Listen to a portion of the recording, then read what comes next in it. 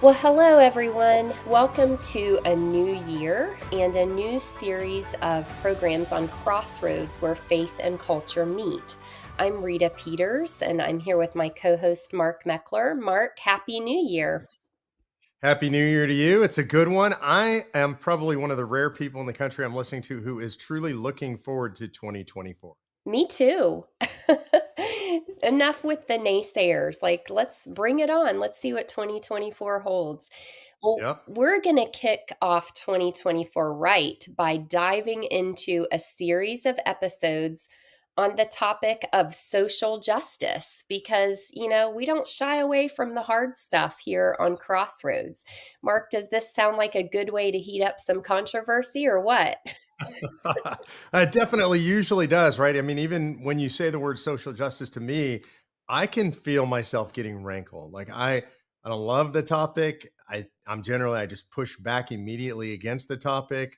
And so I think this is really important. We as Christians are hearing this term everywhere. I mean, I think years ago it might have been in an academic setting only. Then it moved out from there. Now it's in corporations, it's on TV, it's in television ads. You might even hear it at the grocery store from somebody in the line next to you. So I think it's important that we as Christians who are out in the world, we need to understand what it means when people are talking about social justice. We need to understand as people who fundamentally believe in justice, because that's us as Christians. That's what we are told by the word of God, that we're supposed to do justice. And so we should understand what it means when people are talking about social justice and how we as Christians can live out the idea of justice in the world. So, we're calling this series A Christian Approach to Social Justice, and we're basing it off a great new book that I would encourage our audience members to pick up. You can get it on Amazon.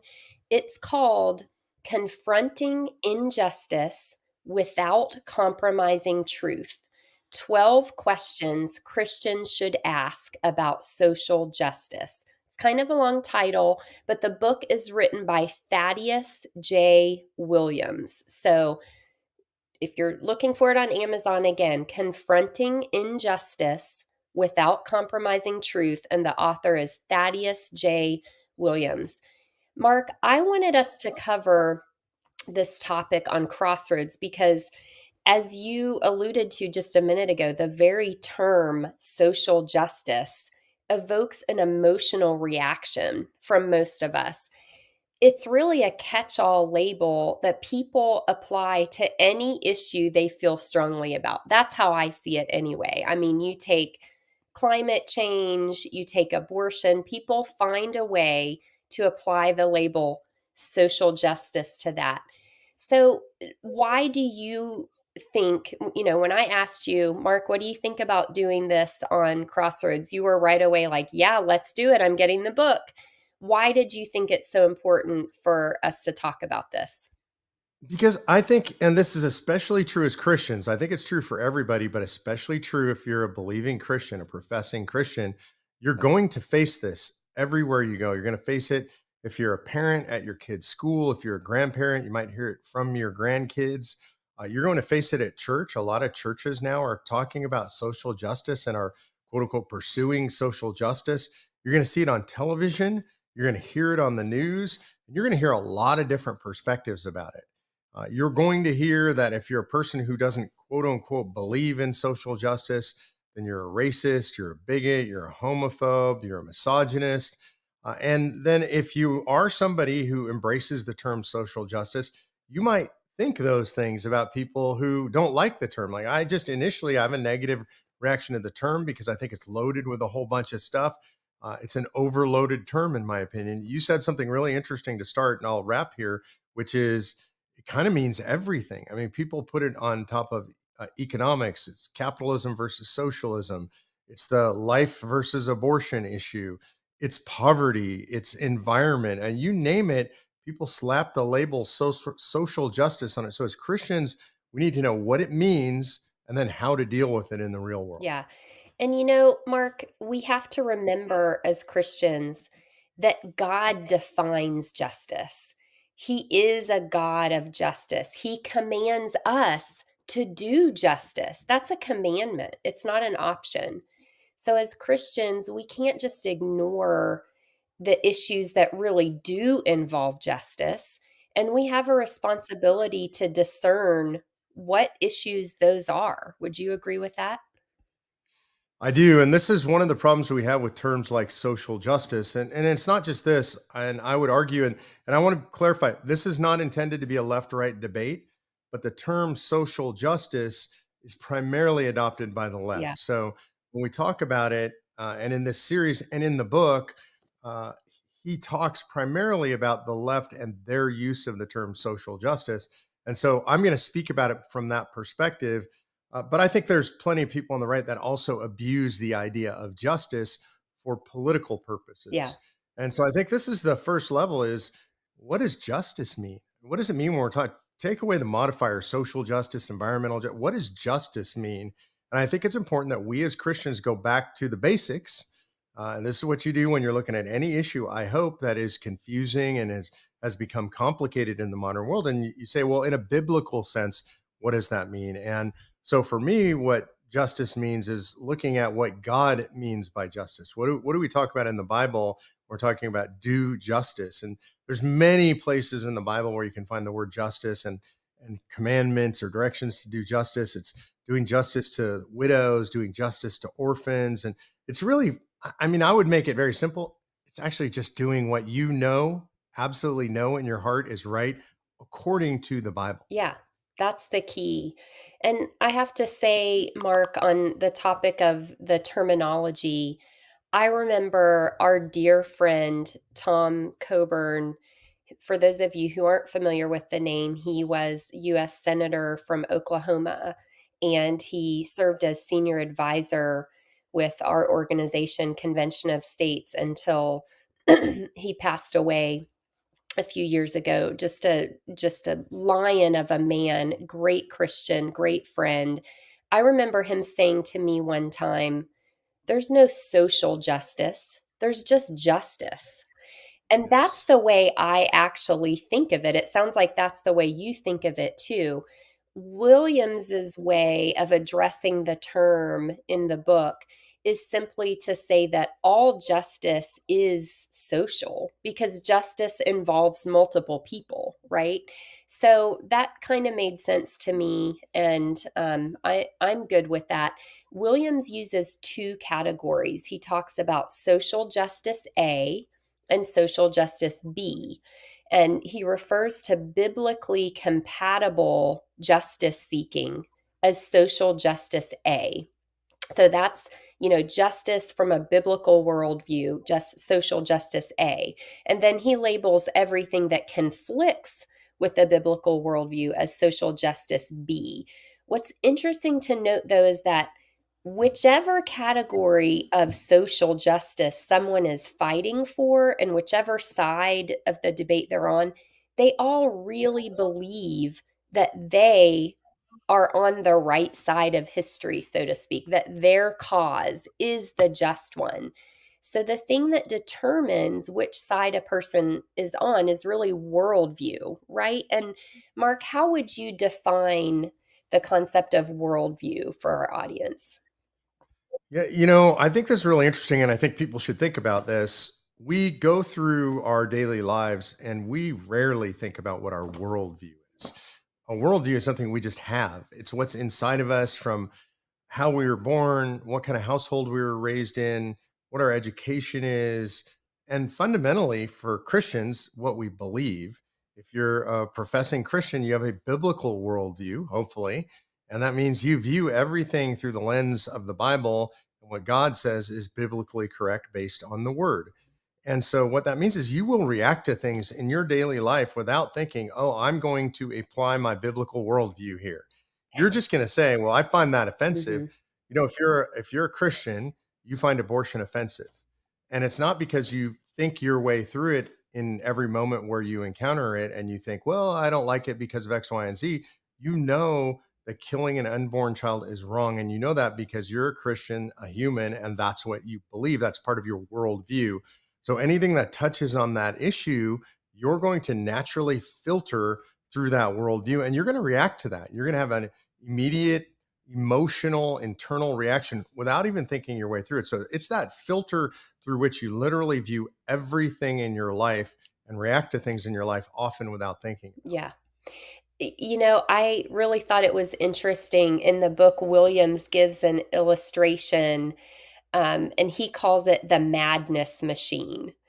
And he gives some examples like, um, you take a situation, for instance, one person makes more money than someone else, and you ask yourself, should I be mad? And this is like a shortcut to determining, your worldview. Another example, and this one from real life, the baker who declined to bake a cake for a gay couple's wedding. Should I be mad about that? And, different people have very different reactions to those situations. And that reveals your worldview, how you react to those kinds of things. I think the sticking point here is that Williams does not believe, and we, Mark, do not believe that justice is relative. We believe that certain worldviews are more calibrated toward human flourishing than others. And I think that belief in and of itself is a point of great contention today. Like there's this, effort to sort of consider, for instance, all cultures that have ever existed over time in human history are sort of equally good and valuable. And no, that's not like a culture that exalts something like child sacrifice. No, that's not good. That's not the way to human flourishing. But it seems like today we're very reluctant to make those calls. Would you agree with that? Do you see that phenomenon, Mark? Yeah, I do. And I want to back up a little bit to what you were saying about the madness machine. I think it ties in here because my reaction when you say a culture that practices child sacrifice, if that goes in the front end of my madness machine, I say that makes me mad, Yeah, right? And out the other side comes my position. So you get mad, and then what's my position? yeah, My position is anti culture that practices child sacrifice, right? Like I want to shut that culture down. yeah, I want to stop. We should. I mean, I'm going to go to the extreme end. We should bomb those people. We should go to war against those people. We should do something to protect those children. That's what comes out the other side of my madness machine. And I want to be careful because when he says madness, he only generally means like we're going mad, like losing our minds. It does cause us to lose our minds if we don't stop and think. But what he means is what gets you mad? And then what position do you take because you're mad? yeah. When you say social justice, and I feed that in one side of my machine, and he describes it as like a fortune cookie paper coming out of the other side Hmm. saying, I'm mad. And then your position, you say social justice. I say, my machine says, I'm mad Yeah, because I say this is irrational and unjust, right? And so that just becomes my position. And there's not, to be fair and self-critical, when I do that, when I go put something through my madness machine, I'm not really thinking about it. right. It's based on my worldview. My worldview is packed inside that machine. In goes the input, out comes the output, and I'm not stopping to think. And so the world is full of all of us running around with our little madness machines inside of ourselves, deciding the machine tells us what to be mad about and what not to be mad about, and then why. And it usually has a little slogan on the back end that allows us to express why we're mad. There's not much thinking going on. And part of what's going on in our culture now is we're not thinking because there is so much what you described is moral relativism. Yep, Everything's the same. And who are we to judge? And we shouldn't. This really, I think, came into full swing in the 1990s, where we just don't judge anything. And the worst thing you can do is to judge something that will cause you to be judged, but almost nothing else will. yeah. And Mark, I think we saw this on full display, or still seeing it on full display, for instance, in the war in Israel, with people who it didn't seem to matter what terrible atrocities are being committed by Hamas. You have some people who are just unwilling to say that's wrong, that is evil. And I think that has something to do with their madness machine, their worldview, being unwilling to call evil evil because they have this idea that no, there's two sides to every story. One can't be right and one can't be wrong. There's shades of truth here, shades of goodness and bad. Would you agree that was an example of this strange phenomenon of like not willing to call evil evil in society today? Yeah, I mean, people who would normally say that what they're seeing in Gaza, what they saw the Palestinians do is pure, unadulterated evil, they would say that about almost any other situation. In that one, they're not. There's some kind of weird moral relativism going on. That machine is complicated. We're making it sound very simple. Mm. There's a lot of shades and a lot of different angles packed, and a lot of gears in that machine. I think in Israel, there's a couple of things going on in particular inside the madness machine for some people. I mean, I can tell you, in for me, inside again, my own personal bias, my worldview, Israel is the Holy Land. That's the place where God chose His people. That's where the book is from. That's everything we know about our faith comes out of Jerusalem. And so, for me, my bias built into the madness machine is protect Israel, protect the Jews. This is part of my obligation, right? We're supposed to, we are commanded actually to take care of the Jewish people and to love the Jewish people. So that's part of my bias in the madness machine. So I see an attack on the Jews. I'm going to say that's bad. I stopped and looked at the nuance. I think there's a other people have a bias in there. I hate to say this, but there is a millennia old, very insipid anti-Semitism that's always been in the world. It's literally been there as long as we have recorded history. People hate the Jews, and I think in some people's madness machine, they see, oh, look at the Jews, and they've got all this military power, so we have to hate them. And it doesn't matter what brought this on the Palestinians or Hamas. We're not going to think about that because some people have in their madness machine this slice of anti-Semitism. Yeah, I think this is important, and I have a feeling this is where you're going. We can't. We got to be really careful about judging people's motives. Right? This is a really important thing. yeah, I know this comes up in the book, and you're welcome to chat about that if you want. I call it motive attribution or negative motive attribution. yeah. Yeah, we will definitely talk more about that. The point of Thaddeus Williams' book that we're reviewing in this series of Crossroads episodes is to help Christians discern what justice requires when it is defined by a biblical worldview. And, you know, that is not always easy for people to do today. And I'll just give one example, and the example is on the issue of abortion, which I'm sure we'll talk about in more depth later in the book. But even for a Christian who personally believes that abortion is wrong, would not have an abortion personally because they believe it is the killing of a human being.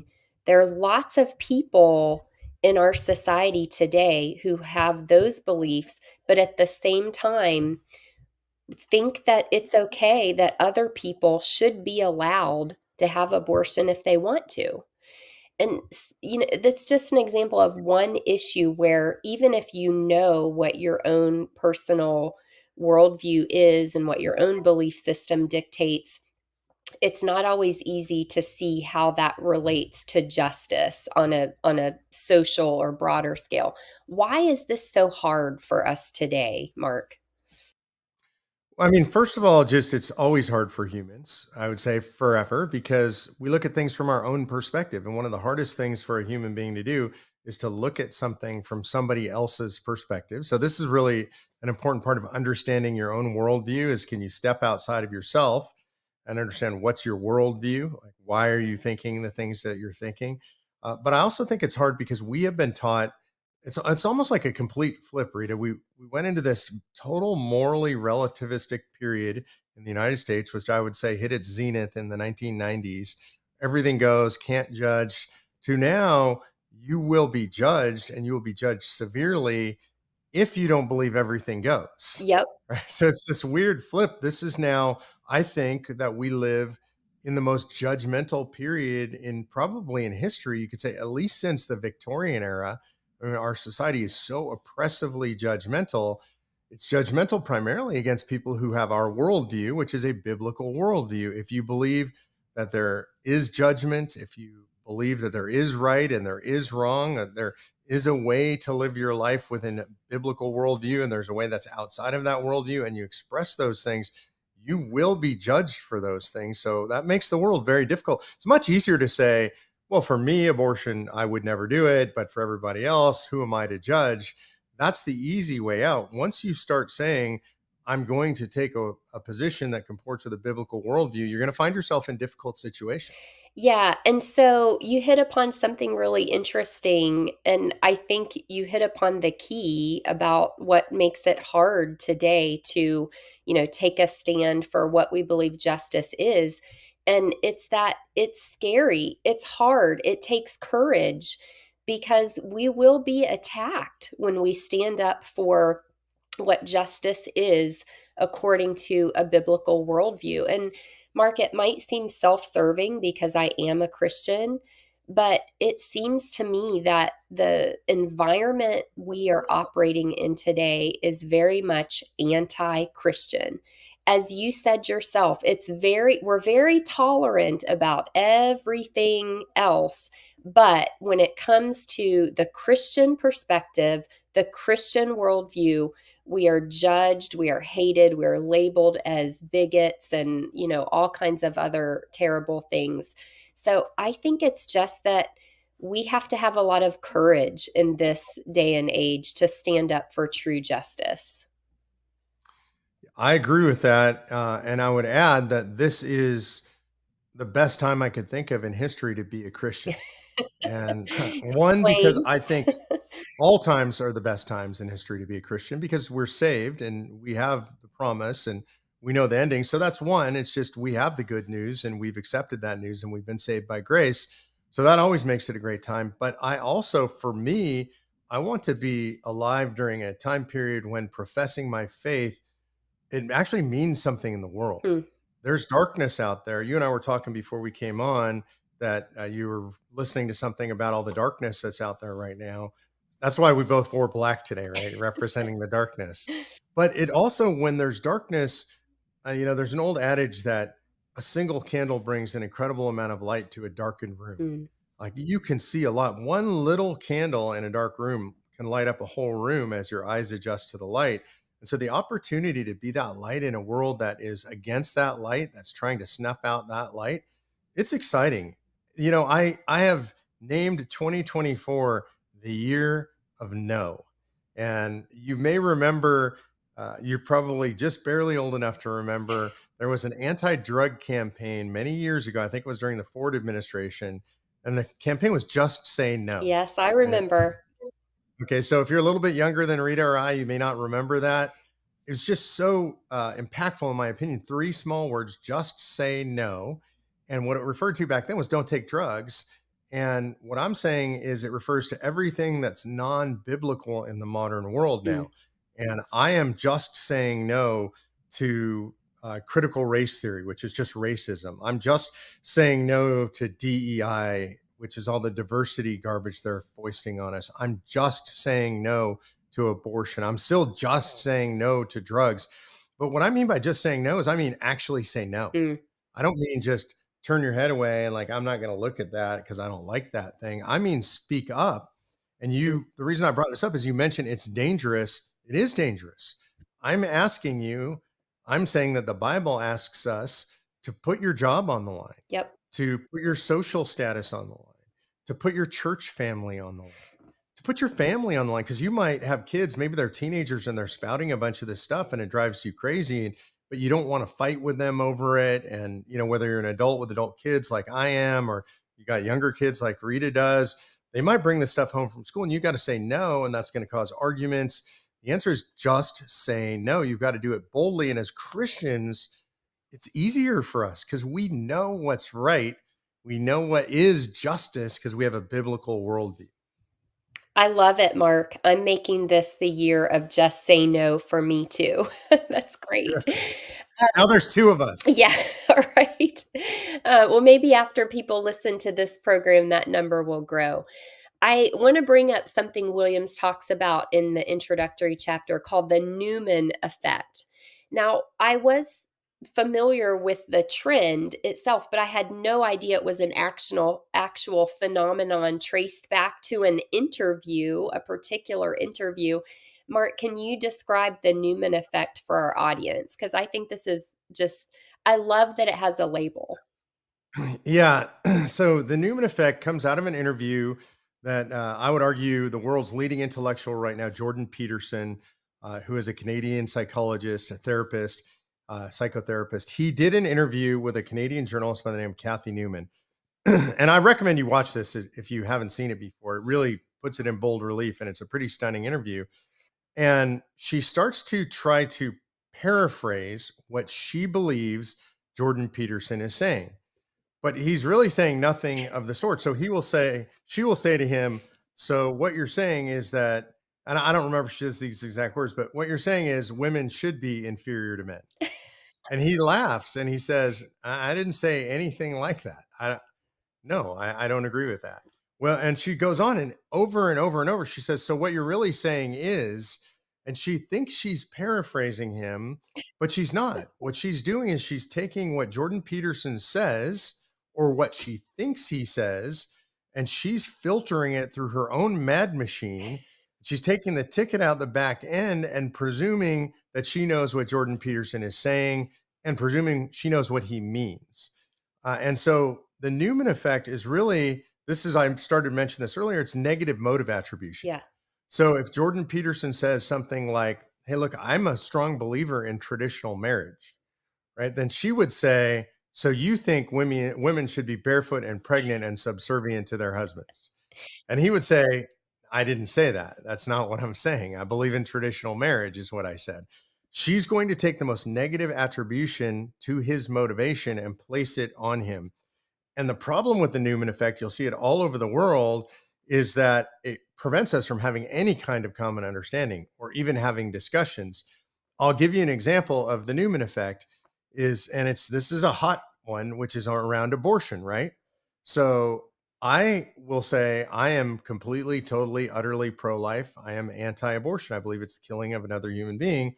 And I have had people say to me, so you want to control women's bodies? It's like, Yep. I I didn't say anything about controlling women's. I don't have any desire to control any woman's body. That has nothing to do with it. And I could describe my reasons for being pro-life. I Mhm. believe in the sanctity of life. I think every life has value. I have a biblical worldview, but has nothing to do with it. I've never even heard a pro-life person say, I want to control women's bodies, but we hear that said about us all the time. That's the Newman effect, right? Oh, so what you're saying is, Yeah. It but here's the flip side that we do, I have to say, as Christians, is somebody says, "Hey, look, I believe in a woman's right to choose," and then I say, "Oh, so you believe in killing babies?" right. Right? And the person's like, "No, I didn't say I think it's horrible to kill babies," right? There's all there I'm and again, I think they're wrong. I want to be perfectly clear, I'm pro-life, but there's nuance in there. What they're thinking of themselves is, I believe in a woman's right to choose. I think of women who are stuck in horrible situations. I think of babies brought up in terrible situations. All of By the way, again, I don't buy any of these arguments, but that's what they're thinking. They're not thinking, "Oh, I want to kill some babies." Right. It's like an algebra equation that doesn't work. It's like trying to take one thing and make it equal something else, but the things aren't really equal. They're not really the same. Yeah, so Right. let's be aware of that phenomenon. Mark, we're almost out of time, but I wanted to bring up one more thing. As he closes the introductory chapter, Williams issues some disclaimers, which I think are really good. And I won't go through all of them, but one that he mentions that I think it's really important to mention on this program is he points out that social justice A, the biblical worldview kind of justice, is not synonymous with the Republican Party or its policies.